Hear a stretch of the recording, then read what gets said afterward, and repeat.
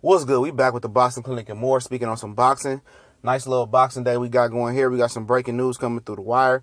But first, I want to shout out to everybody that subscribed to the channel. I appreciate it. Like and subscribe, dislike, hate, comments. Try to get to as much as I can. Shout out to Trap House Boxing, my boy JB over there in Modi Brown TV. We working. This is how we do it. What up, though? But what's going down is this. Mikey Garcia and Jorge Linares and Golden Boy have been negotiating a contract for Mikey Garcia to go back down to 135 and fight Linares. Linares is WBC Diamond champion, and Mikey Garcia is the WBC champion. How that happened, real quick, let me let you know how that happened. The guy, then the Dictinian guy, the Zinchinian guy that Mikey Garcia fought, Linares didn't want to fight him, so he became the Diamond champion, and Mikey Garcia, due to his negligence, didn't want to fight him, and Jorge Linares got the WBC regular champion. So Linares became the WBC Diamond champion because he didn't want to fight the Zinchinian guy. I don't know why, but they wanted to go a different route. So that's how he became the champion. So technically, the Linares is Mikey mandatory, which is really supposed to be the other way around. But Linares basically gave Garcia opportunity by not wanting to fight that guy. They entered negotiations. WBC ordered it. And first Mikey Garcia wanted to move up to 154 and take on Cotto. They wanted to have options on him and sign him to a long-term deal. But we know he's advised by Al Heyman, and I'll get into that a little bit deeper. So then, Eric Gomez and Oscar and Golden Boy came back to Mikey and said, let's just negotiate, no options.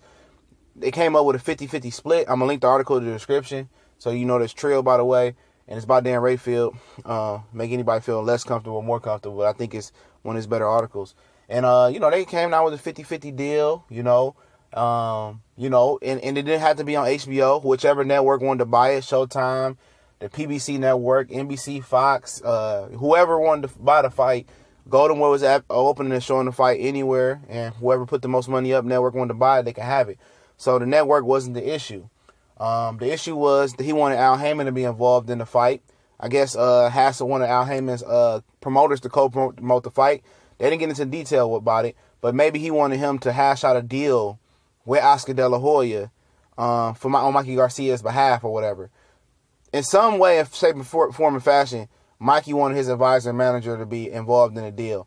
But I don't understand why it couldn't have been, because they didn't mind having it on the PBC network. But we know Oscar De La Hoya sued Al Heyman with Bob Arum, and he failed. And now, I heard they embraced the hug that the Chavez Jr. Canelo weigh-in, which was a rumor. But now, Oscar is appealing, trying to sue again. He's appealing the decision. Bob Arum moved on. They had a little they had a little side deal to throw away the lawsuit with Al and Bob, and that's in Bob Arum's best interest, because he has Terrence Crawford, one of his top fighters, and moving to a division where all Al Heyman fighters. But that's a conversation for another day, you dig? But he wanted Al Heyman, Mikey Garcia, his advisor, manager, to be involved in the negotiations or be involved in the fight some way, shape, and form, and fashion. Golden Boy said they didn't want to deal with Al because, Al is not going to let them get over on Mikey Garcia. Al is a fair manager and advisor. Now, the difference between a manager and advisor is this. When he say he's your advisor, the advisor hashes out the deal on your behalf, the financials, you walk out first, you walk out last, how much money you getting, where to fight, he negotiates the deal. The manager kind of manages your career. He got 3 fighters I think we should fight. Or they give us 3 fighters and he helps you manage what fighters you need to fight. Or, what career direction you should go. Like when they say Adrian Broner did ask the fans to fight Madonna, Al Heyman managed him to say, no, don't fight him. We want you to fight this guy. But he took it into his own hands. So then Al, the advisor, stepped in, hashed out a deal with Madonna. That's the difference between a manager and advisor. Hear somebody say Al is the manager. He's kind of like just networking, panning out your career, managing your career. You hear him say he's the advisor. He's hashing out the financials. If he's both, then he's doing both. So if you have any confusion. But, so they didn't want to deal with Al, and rightfully so, because Al Heyman and Richard Schaefer, while Oscar was in rehab on his coke deal, they really raped him of all his fighters and gave some fighters back, like Leo Santa Cruz. Lucas Matisse was one fighter they gave back. But Santa Cruz, Oscar tried to make Santa Cruz and Rigondeaux And then, Al Heyman bought, out of his own pocket, bought Santa Cruz, I guess Santa Cruz money as well, bought Santa Cruz out of the Golden Boy contract and he brought him back to PBC. So it's some bad blood there, and he's trying to appeal that lawsuit because they basically destroyed Golden Boy. He only really had he built him back up with a lot of Latino fighters. But he got to build back up. It's like from ground zero. And he, him not being on his grind and making the company look bad, wearing fishnets and the coke habit. Al Heyman offered to buy Golden Boy for $100 million. And then at that point, he couldn't have been a manager or promoter anymore. He would have to be, a manager and advisor. He would have had to be strictly a promoter or a manager at that point, and he was willing to make that gamble by buying Golden Boy Promotions. But Oscar said no, and then he took all his fighters, ran their contracts out. That's why, 2015 or 16, we had a whole bunch of fights with Rod Salka and Danny Garcia, piss poor fights, because he's running out the contract of his fighters. But that's happened, and he wanted Al Heyman to be involved. I just look over the deal. I'm just, just putting my 2 cents in here and hash out a deal for him. They didn't want to work with Al Heyman.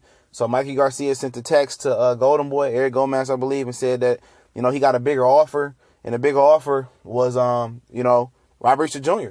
So Al Heyman made it worth his while. Al will do that. If you got a good fight over there and they don't want to negotiate with Al, or Al doesn't feel, the offer is good enough, or Al doesn't want you to work with a certain promoter or something like that, then he going to give you more money out his pocket and find a way to profit off of it somehow, some way, and give you another fight that's worth your while. This is a fight that I said that was going down a couple months ago, and then Golden Boy threw the Linares monkey wrench in there.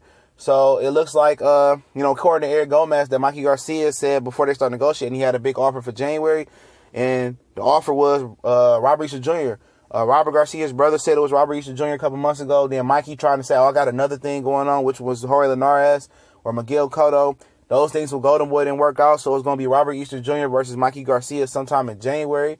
It's a big offer. It's a big fight, and it's bigger than most of y'all guys know because Mikey beat Adrian Broner. It's going to be, Mikey beating little bro trying to avenge big bro. Adrian Broner lost to Robert Easter Jr., taking on Mikey Garcia. So it's going down in January.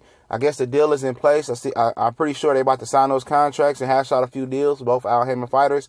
So let me know how y'all feel about this.